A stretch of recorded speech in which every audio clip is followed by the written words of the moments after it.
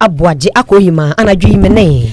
Oforiwaa Amanfo Aketepe yesie jaya de eba na kan national success akaseboy ebe ya wode na ebusua wudi dokro so na eya wode dia na wabomode dia sedane bi amanikenikere sabre bit homes wonu madawroma wamaso yase no akaseboy mu Ayekoo enterprise so eka ho just Jia clinic 2 steps real estate and eya Obaatanpa work 2021 ya ni na debre peme bedi ho enkomo na repeme bedi ho enkomo no mami nkafu 2 steps real estate nsa se ho enkomodie emfa ma ho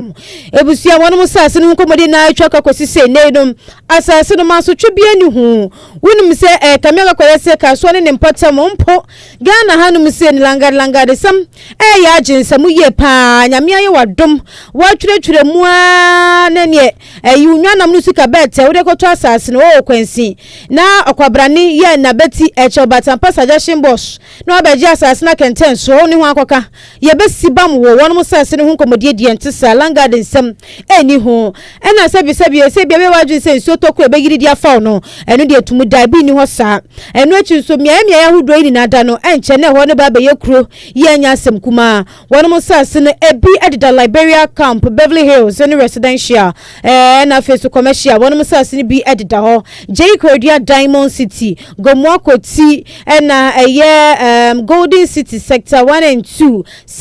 so and Sama Deso Kings Villa residential sector 5B sector 6 sector 7 residential and commercial Sun City sectors 8 and 9 one musase ni bidaho one lands and estate developers nature say one musase surveying property agency building construction na ebusia upo mechira kwan kesepano na bia wakwo ho no maka ko di ensawsoa ewo kaso ha wo mni UMB bank na di enhwanimu ana susu ebia person no moto akomatwetwe no susu a fra 0249 ana 0245 823 287 ana 0544424548 92 steps real estate ento akomatwetwe no so ne akani na wetwe no busua de be peso ne pempenso yi yakase bodam fo ba echi dom pampem ani yesu esi edwa ye de eba na busua Facebook ye streaming live Obaatanpa radio 92.5 na YouTube Obaatanpa media nti mo de na bra Facebook ja comment to be premier bekenkan ye dia maw na face YouTube to sala bekenkan dia maw na mo share page ma fonya bi and share WhatsApp no ye guso aye message ewie pa de nka kakete na so pempeso ye dri de obomode na de fa WhatsApp ba de tie bia bekenkan dia maw ya na ni paso na ye branding nti WhatsApp line ye 0573 333 0573 0573 what the first buy ye bekenkan na ye de amount ebusia ye ntwa ye hu tew na chese ne kase aboni nchiremu ye fa meto so emma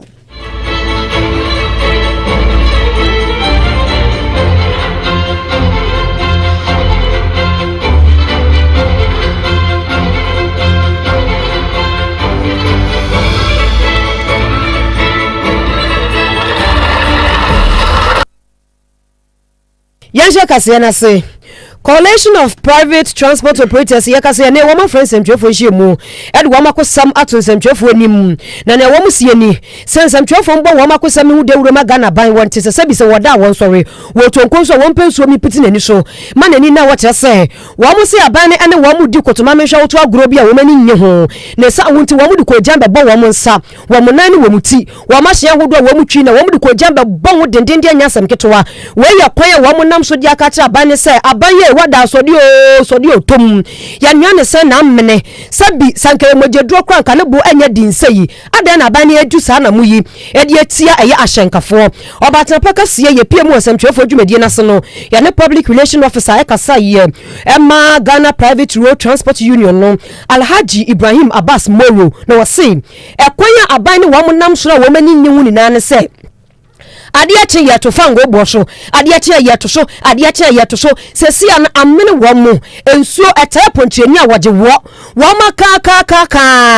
abane twinani wabo mfita duku wanya na adwen se woba bebua wo kra ene ayekase wose akapes wane ba ko pe na eka fango bo na sesi akodu no a na ukofuwa pomsa wo dokoto eyi fango wa wo beto no eyi 7 cedis aden Wamusi Ghana by Ade adan edwade ani mu na enkwana ni mu wo ba kwa dina adua mu la ba betina mu wakwabrane fro wo hye na ba betua kwa wase o mesrew wo aka me 50 pesos nti na mesrew fa chew wani na eni hwe aba no so na adwen sa ade atia ade san ni na fa ngo bo na wato so nti sa ade ne de ha wo mo pra Alhaji Ibrahim wo cheche mu mani ti asese ade no wo ma fa akonya san ni na so se aba no ebetie wo ma kosam aba na adwen san ni ade se wo betie Ghana ha so de kasa ba ko pa na aba no wote se nya wo ye kira eye tuate eni nti anu na wo mo nam so ama Ghana ba yehu se ade wo ne wo mo ye no wo mo bo anwe so we no wo mo hyase afinyame ya adoma wo kena edi ko gya na abɔ wo mo nsa wo mo nan wo mo ti ene wo mo hye ne wa tue mu kwesi ni kwesi ada so edi kwesi ada na sa ban amfa mu aye bi ama ene empani se enye obi na ku mantwi na mo bo si akona na edi ni ti ade akirima ya no kware comment in be 11 no the 2 o'clock ya bobo wa yes advantages disadvantages finally no no say my short period because we idea message here person call all the 16 regions now and finally we came to conclusion say for a child economy graph on now for koja and bomb and the good idea to happen my fine boy up to Sunday or Monday mo be antonuka ma obia antonuka be ambaki ya nyeduma so try obia fakoja embo nuka wo be wa for na fakoja embo abai boye Sunday Monday mo be anyeduma eni achi no wose aban no sabi wo yi to na fi wono no ewu nhye da hia eye de nanso ehia ade ne panifo kra kan se ye de hia asa ye ne fata to bu tanya no na aban hwehwe nya wo mu hia ye fango na wuri dwane se sabi apatro no na wawuri sia no wawuri sia enti wo mu timi ti eyi fango bu eyi fe nyina bebi fa ko e ma wo mu so komento wo mu ye man na to ni de aban yi nanso enya ade se ebeboa wo mu kra and the Korea yet to no one friend my because I did back when I was Satoli and no beer there was beer no venue so there were 4 dodo baby omuye to my one obon transport yeah the san here driver beer or yeah driver beer pon is sanka crab no abroad oh they design now is about 1 city 50 pesos on a liter of say 99 pesos na automatic amaya o pocket tax your pon say obese you so be 5 cans obeni be 30 Ghana akofi ede sa 30 Ghana na ekofu amu opon ka pese onye fan coffee enti ya semde de tete ya kan say ye that is insignificant. Enti ade ne de abanto no wayi eye de nanso ehu ehia enti aban wanya ne ehia ansa na ne fata no wahwe ayem nipa yete ne Kyei wa public relation officer de Ghana Private Road Transport Union Alhaji Ibrahim Moro Abbas na se we na ka kwaye so china eno mo de we so wo mo sha so china tue mu kwesi ada aban na nhwe ntu ho na mo a ende se wo hu se driver ni bi di ko jan abone nse se driver fo wo yim enya yie na wo mo omani na abede omani na abede okay ebusantu akase bono so hagusi Obaatanpa 92.5 kasa fidie so Ayekoo Kase3 asugusu awutie ni yonko piemo mashebedwefie na mashebedwe mu Kyeame Metro Speaker of Parliament Yera Urban Siman na Kingsford Bourbon na ene wadi sembi atu eja na sam tofabo nada ene se wontiasio se penifo akade atu wose wuni mude enti wose wose de na so ekamega koyese Ghana mampani excellence achimpiesie na nado danko ekufuado mashebedwe mjumedi awudo ni na ehumra no as mampani bese wode ba kokura be ye adwuma na wabomi fit heduku ya wonti so dogo bi no abe na ne sam tofabo ni na ejina ko homabosika ya yera ken na Oforiwaa to kopie mashebedwe fia fimpeni ne aduonu mienu 2022 budget no ya cheso ojana na so be don hwiri mienu so kenkan ye no wasi ya kenka akoma sika wie yenim se oman Ghana fi apem hankro diokunu mienu 1992 constitution no ene mahwebedwom dwumedi awodo ne mra ebo mu dwumedi awodo ni na ho baidi adanse pefe se ya kenka akoma sika bia wia eno aka koye se bill no eti mahwebedwokuo ni si edwa no matosu ntonto akira adwene dia fa ho ansa no matimi agye ama na tuma ba ba yamra ansa no matimi ye kra afiase edi dwuma na so kwansi ena boom chese ene kenka budget di wie ya ene ye chese ene yesi ye yitu efiri ho ene ye we no ye no ane se na ambene oman Ghana mu so ne mra no entesa enti ene wodi tudwa no wachem se de mampani ye ne kameka koye se wodi mahwebedwumedi awodo ne mra na ekawiri twiri fam ye won pese wodi won mra kra be ye hwe de se mitudwa ebra chese post budget workshop ekoso e famantema hinkro ho ene wodi nsem tudwa ho. Since we never received any response from His Excellency, the only process that we submit the budget to His Excellency the President, then we rise to give us comments, which we use as part of our deliberation. That we receive any such letter. So we have to ask the minister who has come to represent the President, whether the President has given any indication. And as he was surprised by our budget, we are equally surprised by his response. Budget equity. If you want the arm of government called Parliament, please enable it to do it. Don't want it, have it, and we stop wasting everybody's time. We don't pretend that we are practicing democracy because every 4 years we go for an election. No, that's not democracy. Elections can be conducted in various ways. There are many countries doing elections, but they are not democratic countries. This is what delayed the presentation of the budget statement to the people of Ghana to Parliament. Well, I read that was the Speaker who was demanding more than twice the budget of last year, and therefore held the Minister from presenting the budget early. Immediately after the Minister and his deputies left my office, it was carried. This is not the way to go.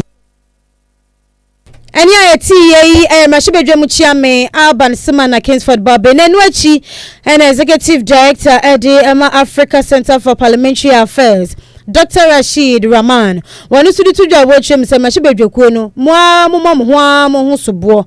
esanse we na ka koye se nei edom kuma na se ndis wo muni amba mu ntu no mo ka asem no wonya ensase mampani pese obedi mra so sei nanso saa de ani twabutu se kunkran na eyendis na wa ba mu asa pepepe no mo beye wo munim so o ma ban neti so na so manyoko neti so no mo edom dodo mahwebedwafie ni ti sa de ani nya se ye papa eno ani so yakota mampani achi yakota ya ban nachi na wo mu refi so mo ye mahwebedwafo anaso wo mo mahwebedwam ene wo mo som Ghana fo eno odi tudwa wo chim se so mo osubo bi bo a wo mo fa mo ho. I don't blame the executive, I blame Parliament, and Parliament is calling this on itself because you see there have been efforts to create a lot of division within Parliament. You see efforts in the last couple of months, sometimes to even simply come out and disregard whatever the speaker says or challenge whatever the speaker says. This creates an image of disunity within the legislature, and here both parties are in it. So what happens is instead of a united front, very strong legislature that is seen and feared by the executive, we have a situation where individual members are doing everything they can to rather defend the executive, and in that process, it is only the legislature that becomes weak in the eyes of the executive, and the executive can get away with many things, including what we are seeing play out now. I thought that given the position taken by Parliament and the Right Honourable Speaker last year, this matter has been settled, that going forward, we are going to see a situation where Parliament is provided adequate resources, of course, within what is contained in the broader envelope, so that it can exercise its triple constitutional functions of oversight, lawmaking, and representation effectively. But we are back to it again, and well, I think it only signals, the fact that we don't appreciate the work of Parliament, and I can hear the frustration of the Right Honourable Speaker. If we don't want it, let's scrap it, and once we scrap it, then we should forget that we are a democracy. Any Kyei Dr. Rashid Rahman wano Executive Director Edema Africa Center for Parliamentary Affairs no din semi etuja Yancho Kase abono so wasansam kro na emu won se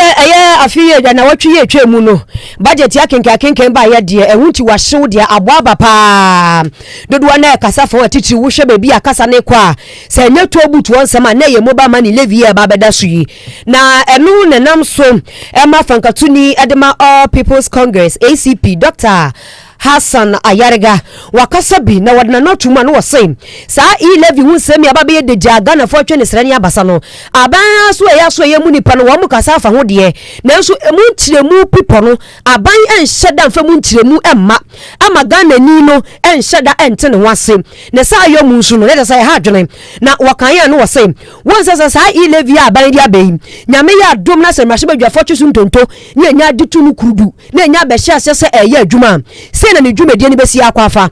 eba ne saa no aban bete ne de ansa na telecommunication ahodo no so telecom no wo mo so bete wo mo de etele se wo kan ni na abomu a na wo ni kura wo se ni sika no wantua akra na ye 2.7% enu ni sika wo ba betua eba ne saa so na abeye adeso kase bi ya tekere e de ato Ghana ni komu a ebe ha pa wo mo dwumedie mu enti wo sere se be ya aban no wo hwentu ho na mo na bibi papa no wonye emfanfa ho. Ladies and gentlemen, government has just announced a 1.75% e-levy on mobile money transactions. Some sections of Ghanaians are worried. Yes, we are worried because we pay when sending money and also pay when receiving the money. The government must sit with the telecos to agree on one-way payment. Ghanaians cannot pay 2.7% when sending and again pay another 2.75% when receiving the same money. It's double taxation on the same transaction because telecos are charging 1%, MTN is charging 1%. Government is now going to charge another 1.75%, making it 2.75%. So what it means is that when you send 1,000 Ghana cedis, you pay 2.75%. When your friend or your brother is going to receive the same 1,000 Ghana cedis, he's now also going to pay again for the same amount to receive. This is wickedness, and we are asking for a one-time payment so that you pay when you are sending, but when you are receiving, you don't pay. Am I right? Because you pay double. Don't you pay double? Antina dia ne sa na sitie abani ncheche mu ye na ndia kwan ba ko peso no obefa no wafa dia ageto no wa ma na nso anu achie no wode tudwa se eba ne bosia bo na enu so yade bi e ha dwene sanse sa abani be kuruche bosia bebre de egu wa dachi bi nchire ma a baba no wo mehuna amane na ade ne de yade eto na na siesie wo man yade to na bo oman ne ho bra enti nka woni de na futuo kakra ne se be ya ye tax network ni mu ebe bie na abo ma mpuntu atimi akon kan no aban ne empe kwan ba ko so ene enhyehye ba ko bia ye betimi afa so ye de beje to no e de asiesie wo man na ma na tumpon esense ade te ade san ya bru eka na de bia ye bobosen sa ade no so de enya ade se beboa. When the finance minister announced that the government intend to scrap off toll booth fees, many people started talking about the issue of hawkers and others. But I am appealing to government to roll out a policy for street hawkers. I personally think it's a good idea not to take tolls again. That's my opinion. And I applaud the government for that initiative. That's also my opinion. Tolls on those dilapidated roads, was a rip-off. It was our taxes that was used to build those roads, and paying roads tolls on them again was very wrong. Very wrong. Because you used our money, build our roads, and then you come again and say we should pay tolls on the same road that you used our money to build. If it was a private company that have built those roads with their own money and they are taking tolls, then we will say yes, they are recouping their money. But this was our money that was used to build the tolls. So government does not have the right, doesn't have the right to take tolls again. So that was a good initiative from them. Enipa yatini Kyei eye Frankatuni at the All People's Congress ACP Dr. Hassan Ayarega. Yantu akasiebo no esu na yenyine mu ewo e-levy electronic transaction ya hu nkomodie na ye jure mu dia na ne isusu no ekuo bi omu ye online retail business na chese we no akakwa esa Baffour kwan ye fa so di dwumedie na wo mu di mutintima ye pa ne si ye post wo Instagram page na ye post wo Facebook Twitter any WhatsApp chese status ahodro any eba ne say ya abayo ya wo si hey wo no so ye bi pa no wo post e ma drosh e wo ne status na safuoi en wo mo de abetu dwa chese sa e-levy no ahwe ye be gu won mu dwumedie pa gu ebe gu won mu dwumedie na dan se wo mo se eba ne say ya ade anu se bia wo de to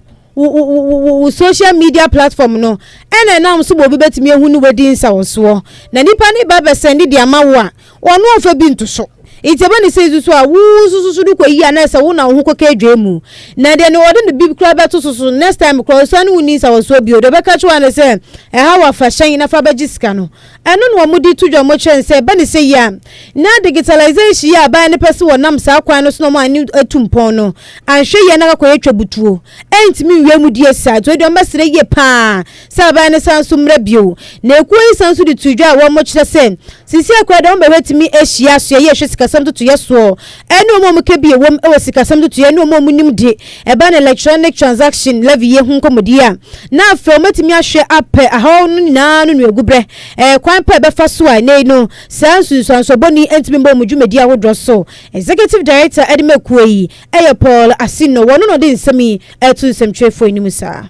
government and said that any alternative. Like I say, Kyeame Kwame Association. One more field now, internet business, to sell fintech for bank for any idea. Obi any moshi and omedi aba oyati. Yeah no, you say I buy ebe fa so abroad internet no, and yes na yeka. But online business is different kakra. And said that anything Ghana ha, who say Ghana ha, omo muton nyama wo online business no, kra maybe I need 5 years. Even I use now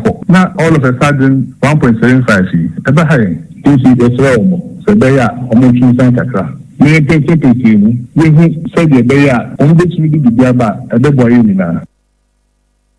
enwe chi no asaso di tudwa wo chrem se we de kamiaka kwa yesa suturo mienu na ema Ghana fo ye ni han ye pa ye o man ni mo ahye etis wo bi be fa be fo kwan so de kakra wenya wo to bi de man na busuam ni ye beji ni sika hadwene na ebre krampo e ba ni se momo ye ba be tax no ye nya fiase yo na so Ghana fo na ebo bena ye o mu di hu nkomo ye o mo kasa di ti ase we de be ha o mu dwumedi enti sa ban wo so a listening government na wo dwene Ghana fo ye yo ni wo kanko hu kane no was we are not in normal times there one you ho na say to ya wo de tumo musuo no wonyi na kwabio from Wednesday na honorable Ken Oforiwaa read the budget no one couple say adichia sa levy no be start you one can say and so from that day edesi ene uko momo agents na wa ko bisa omo nipa enche da ma send ya omo ba no fintech company bi nembo ni din or see from last week to this week omo just be na ba from the idea I can say e-commerce online business Amanfo use momo di trend amakan about from by 15.63%. Last week ya o agwon when ya start you it been the January 1st no when maybe no about start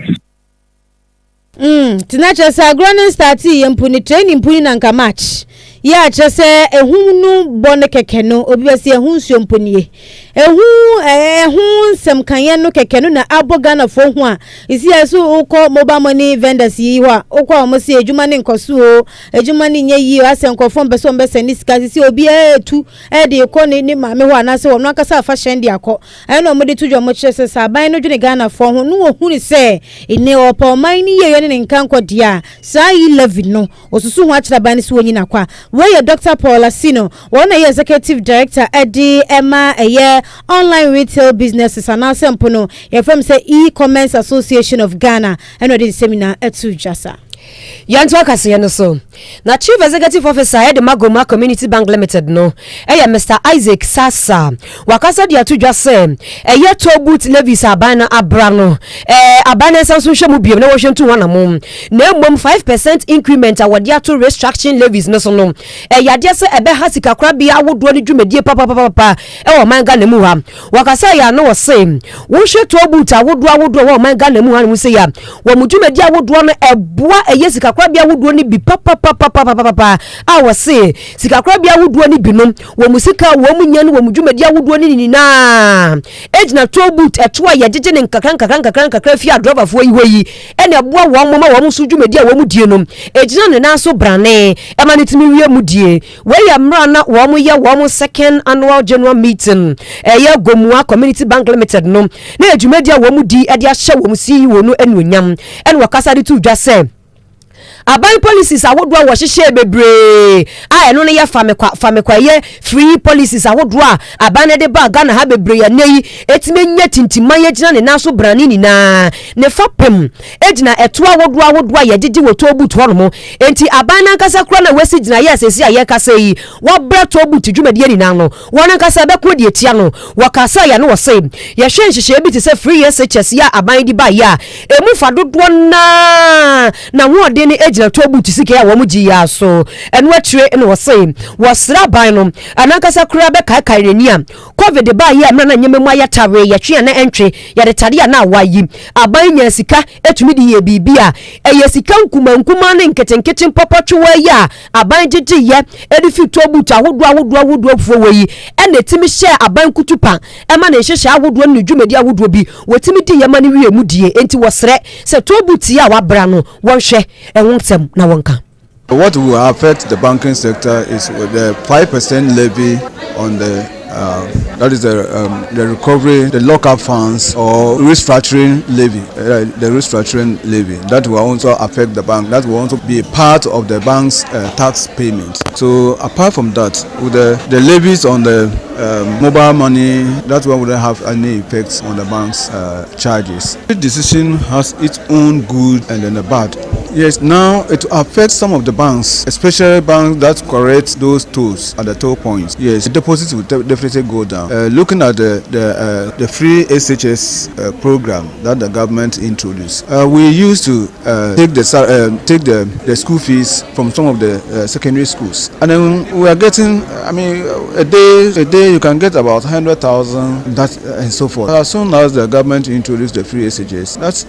that money doesn't come again. So definitely with the toll fees stoppage actually will affect some of the banks that actually do the correction, or affect their operations in terms of deposit mobilization. It's a hope. Despite the fact of the account we read that shows some negative figures, that is the figures. You can turn today into positive.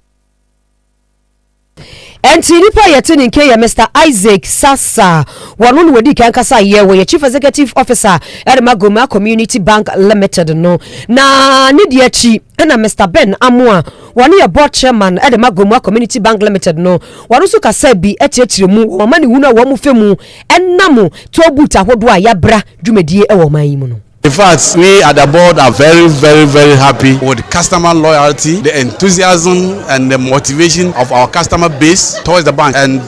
we are always motivated by their willingness to go to the extra mile to do business with the bank. As we discussed during the meeting, our deposit base increased by 44%. Our loan base increased by 34% within a COVID period, a COVID year. It was a very remarkable achievement. So we are very proud about our customer base and we thank them. And we are promising them that we are going to help them to find solutions to their problem. We are going to help them to find solutions to their needs. And we are going to do everything to create wealth for our customers. As our new slogan goes, growing lives, growing communities. We want to see us helping our Gomoa citizens to grow. We want to identify the youth and how we can help them to grow their lives. We want to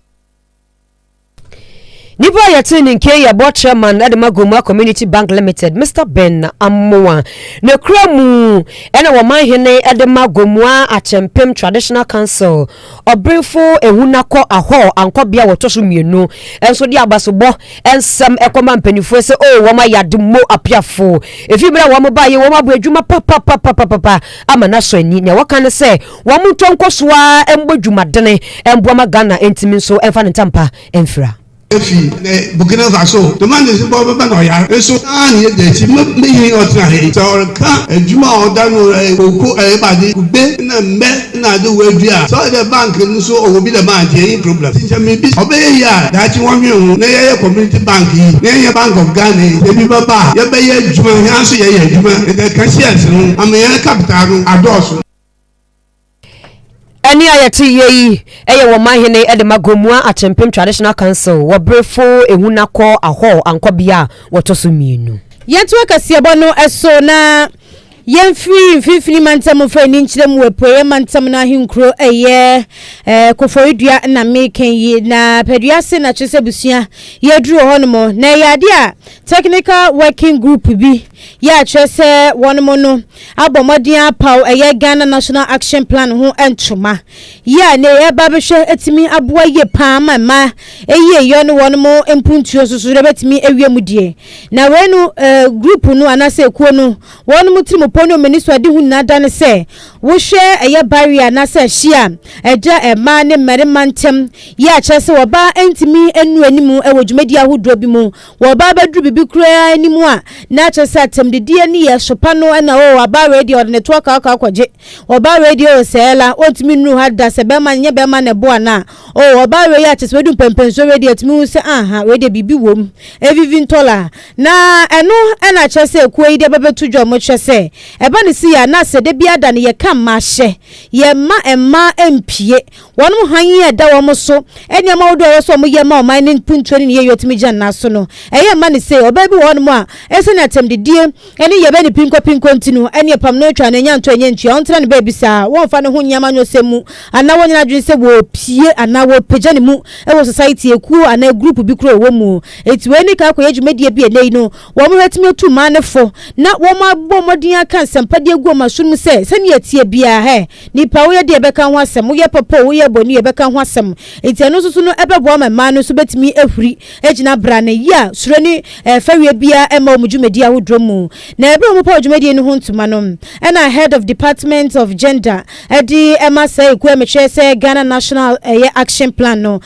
madam Faustine Champon wonu edi tudwa wo chom sade we bebo ye pa amesu eni suro eni mpuno pinko ye to de bia taba emamum na se bi tuture bi so mema netimi kan ma ne hye wonu dwumedi ahodromu no ni na abafro ne momu no ema no ne pa ye obo ade adom wo mo no ebetimi adan ne ho adi emba participation in decision making in Ghana no to sinkakra yemfa ye parliament enkrampo enye enfanto ho as at 2010 cause it's 2020 10 years ago na emba e wo parliament omunduru in terms of percentage no omunduru 14% kra etino na no to sinkese into wo hwe ye action plan activities FSC in this time year ye the strategies piaba I be ensure that women are actively participated in the decision-making process from the grassroots to the national level. Madam Faustine Champon, one head of Department of Gender at the Ghana National Action Plan. Nenu chisusuno. Ena madam Euphemia said di we die ya samo jato wono gender consultant wono so de tudwa ya woche mu ese we don besre technical team no de makuo no bra no ne ema no hie ni nkomo na mo nka sempa fanchrom na ne tituru ema no form ho ngi amanyo semu na afesusu no mo nka bi se ne be ya mo so mo sembetimi afa nko ese de bia mema sa de bia sa no ya na ka ma ne hye omudwumedi awodro mu madam ne nsem ni Tebejeku ya pawo enei ye pese omo enhwe emra na ayaye no na omo enchichemu they should break it down ema obia ekuokuo ha ewo Ghana njuma enkrase se omo beti ase na yetumi ama nkyerɛkyerɛ na obia ete ase so that empempi no yetiatia nkrofo fa hodue so because omu nim emra no nti ye kyerɛkyerɛ na obi ate ase a obi de bibi bro say ye say ya na ye say ya unim say emra wo ho say menye me saa na ye be kyerɛ say obi ye wo saa fa no kɔ say na ade. Madam Jatoni atini nkano wo gender consultant wo kebi ewo mu ye pa ewo ma ni merima nkoda titire mu ye yo ho nsemu eno de ensemi etu eja Yamfa ye ni nkyensem foforo mu we ye bowra eye energy sector ni mu kakra na energy minister Dr. Matthew Opoku Prempeh yakasa wode atodwa ba amane se bia ye nyina ma wode betime gina ne naso brane na ne dwumadie no etime awie mudie enkwankwa se ye nkane awodo bebu nani preso ntino eyade se wone public eye utility regulatory commission no edikaso bomu we na ye sane abeya obetime ne wo madi nkomo na enyama wodo ne akade bia wo mu hia ye nyina ma wode afemu no wo musadaka boa ma wo mu dwumadie so etime akoto tinti ena sa na mutuo ni gina sie yi wo mu asi wase se Ayekoo Kase3 wo hwa Ghana ha sei yedi kan eba ne nyina ma wode dwumadie mu a nyana so wi yesi nchen a enya ade so obi abetimi etwa yenwu eda wo kan ya ne wase we ya mra wo mu feed Ghana Energy Awards ne koso ne wode sansam yi tu dwa na mra Obaatanpa Kase dwumadie ne koso yesu ekopie mu wase no emu sam ne nchirechire mu se ne yesi koye no sei ene wo kan no collaborate with the relevant stakeholders to ensure that this critical sector employs more innovative solutions to drive the president's industrialization agenda in the most effective way. Two things that are coming up. We in the energy sector are collaborating with PURC for tariff rationalization. Everybody, when he hears the name of PURC, thinks it should be tariff increases. But an unexamined life is not worth living. And we hope PURC will take and re-look and re-examine their tariff structure to provide a better regulatory service to the energy sector in the country. Also, I know some are here, the independent power producers. I do know for a fact that charging for goods and services in Ghana is contrary to the Foreign Exchange Transaction Act, Bank of Ghana 2006. So we'll be coming back at you to look at your tariffs and your energy charges to reflect in cedis, because that's the only currency we have and we adore and we have to protect. Anti nipa yati ni Kyei oswafa won ohwe nyina mahode ensam ni dwumadie enina eso Dr. Matthew Opoku Prempeh bebi ayedu ye gina ensam yi so ni ato enkratia wa aba ye ba akase ne aka nina ye de bedam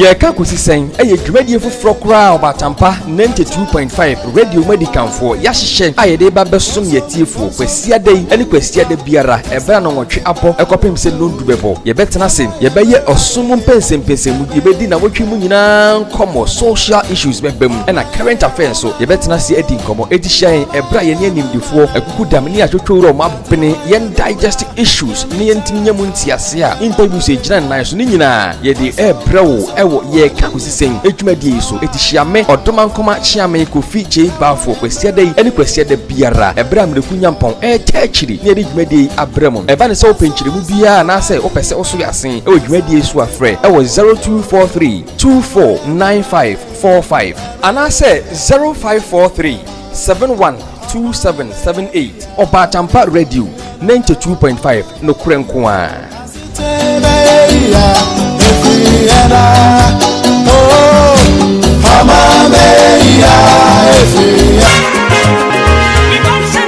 Aminya kwadwo na na wo kwa wani abre hu sei Adwoa eye bibi ena no asase a kwatiche mma mekoto obi ehoma nsom timinam kwa so court na mekoye o kwadwo pa enti onti bit reality Ghana kan bit reality Ghana eye dwumaku a wo maba wo moton sase a manso ni hu se bia wo no wo pasase wo pedan yesie wi na yensi wie ni na omudi hudwuma wo mo sase dodo na wo krom Kaswa Millennium City kwadwo oku Kaswa Tobu Ofanko Okunkwanta Amasamman Tommy Furnaces Cottage Dodowa and Afia Salach one of one sassy yantamu adeda kwa ho te wo pe bi asia yaresabia filling station and stores ni na wo benya bi sikasam so de edda fam sa chichide nanti wo mo nim se nsi oton so fam adin enu nti wutua kakra to ho no mo a de aka no na watua ne kakra wo mo ye promotion enu nti wo mo ama 50% discount e won sase ene adan ni na ho be ho no mo nyanya no Millennium Junction and our friend 0240-887-275 and at 0543-553-611 Beat Realty Ghana.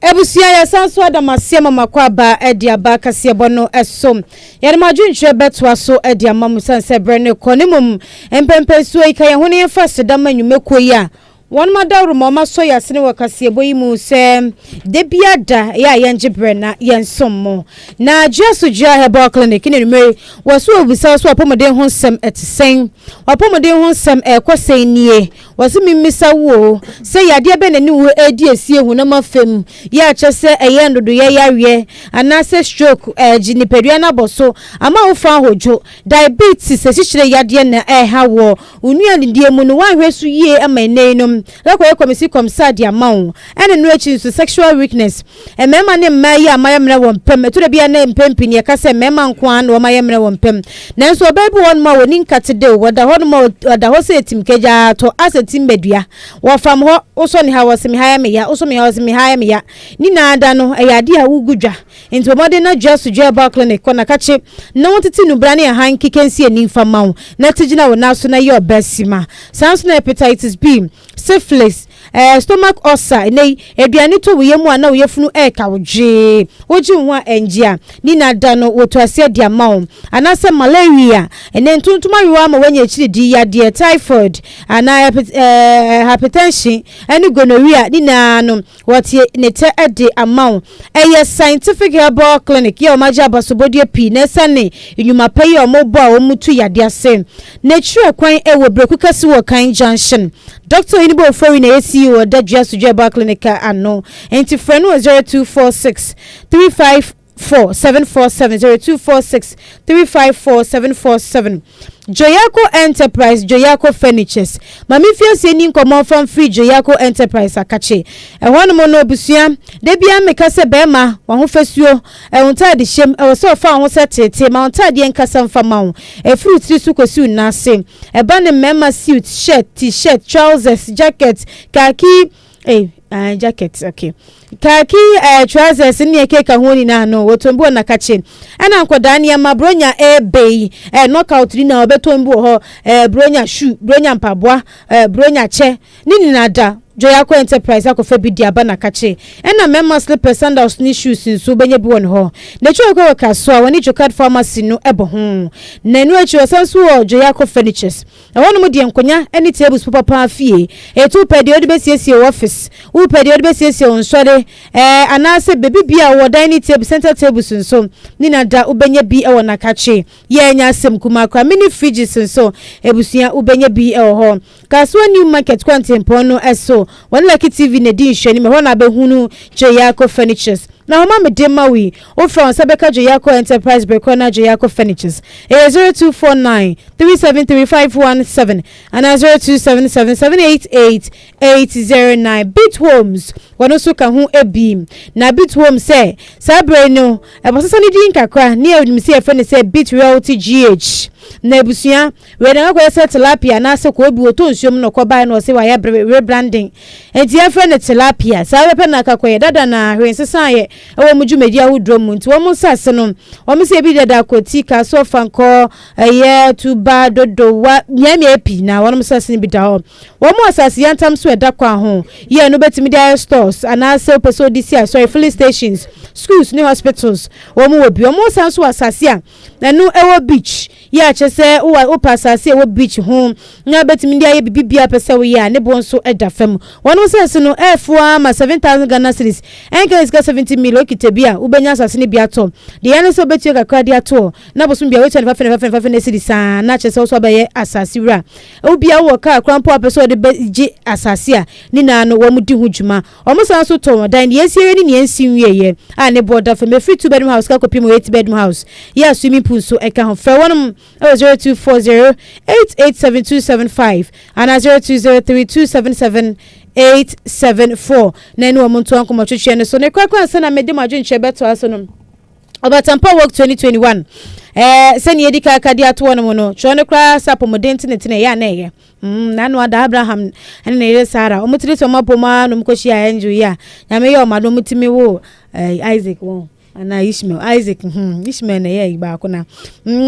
etina chese osusu no tiritiri wapom ne nam sa kwanya no so ma osusu no ubehia nyankopon ni monyam na no ada kra Paul nso hia Yesu ewo Damascus kwa so no tinitiri na pom etapomodin tinitiri de ye eti abreso na adu ha ba beka ye ho na yetimi atene ya pom ama na wie mu die sa na mamenko Facebook na adwenchwe ne tentem so ye fan peso sanse breneko gambaga inu safuseni and was a deputy minister kra Mr. Speaker can't remove him yo and that just say no was the Speaker of Parliament Jana Ujo enu keke so betimi etu mampeni ade so bo akra deputy minister puntimi enti do agena pebe bitina na Ayekoo Kase3 American town de baye and was say ex president Mahama o si debe wo high and power he's just wasting his time now send men na that James say or sans we basa Ghana for meto abama no enya de obenya into pebe bintina neska kana no ne nebusu yanko so eni na wodi abo hanum say Christopher so the Africa so na say good evening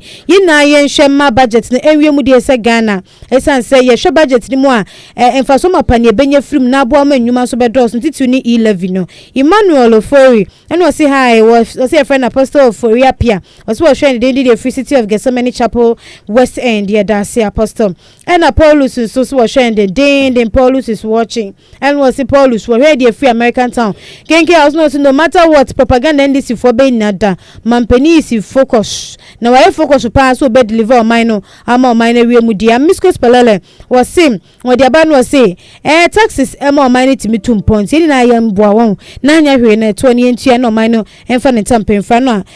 Christian Akwasi ono so dia bo no so Obaatanpa news ba ko pe ye da sim e na tongo so e hwe yen di free sukura atongo se President Nado obekoso amoma na yeye emfa woni ne a omo keka we chire Kwabna Junior no say hi I am watching you live from Kaso Adakope great work here that was say keki odi ne saka bebre da sipe Miskos Pelele so yen saka odi ne Akwasi kisim crying ya dia okay ma me fa odi ne embra wa hamzu go man kra no say Mr. President Anadanko Ekufuado wo ka che Ghana for say to oba de mawa to pa say to de obeyi na kwa fe ba ne sen na sisi ade on pa bo atema wo nante so asesen na sa me kwen so the Leviticus powers na ba e wo Facebook na yenko WhatsApp na sister me can from man nyesadia mimpie mfiri hanum say lovely akosua di free Kase3 na bae ewia ne de ani me kan ewia ne de no say agenkwa budget no ya de power mu ye pa na ebeboa ama omane betimi etu empon ondisi for de si eni mo no so de bia da de pa bia wo botugu nanso ondisi for nya propaganda no mu na ma ho kwan mama mpani ema omane no entu empon ene enumere wasanso de aba no say yenim se taxes na etimi bo ma omane tu empon e mu se sempremprem de yetu de bia na odwune ho awonte ase de nanso no ho behia se so omane bia betu empon a na ejina wo mo makodade emunim de competent and hardworking government to say aban MPP eno betimi ama oman na timi tumpon tino de atia ne se oman no ekononim ye pa keke o say da fa WhatsApp ya ba ya da waso di nchia peso ama honorable Mevisa wa komisi da munna mase se mo de majenhwe timi efa so e ba YouTube bi ama ana bi abakra de bre no continue na me admo china na ya kenkan no so e di ama mti asa time so enti yeah sorry so now kase mante no so ababeto so na impepe answer be sorry so no ya kase bodem for endom na say ye gifty oba papa bi me system nator oboy ye pa speedy recovery enko emfa emma ena ye na yaw na kwame Abantipa kwesi listo mekunya mpon ena Kofi Baffour ono so bo modern ebo ansem na no ede ema yen ena yeso so ayeje bre ye ayeso mukase bo kwanso to nado apia ene Abantipa kwesi listo na de eko Facebook mambo mu din so a enye ena technician and duty Joseph Boche yen ayeje bre ye so mukase bo kwanso ye me Oforiwaa Amanfo Aketepe mene Afia ya bowa aboaje akohima ya damuni nase ama mumunitia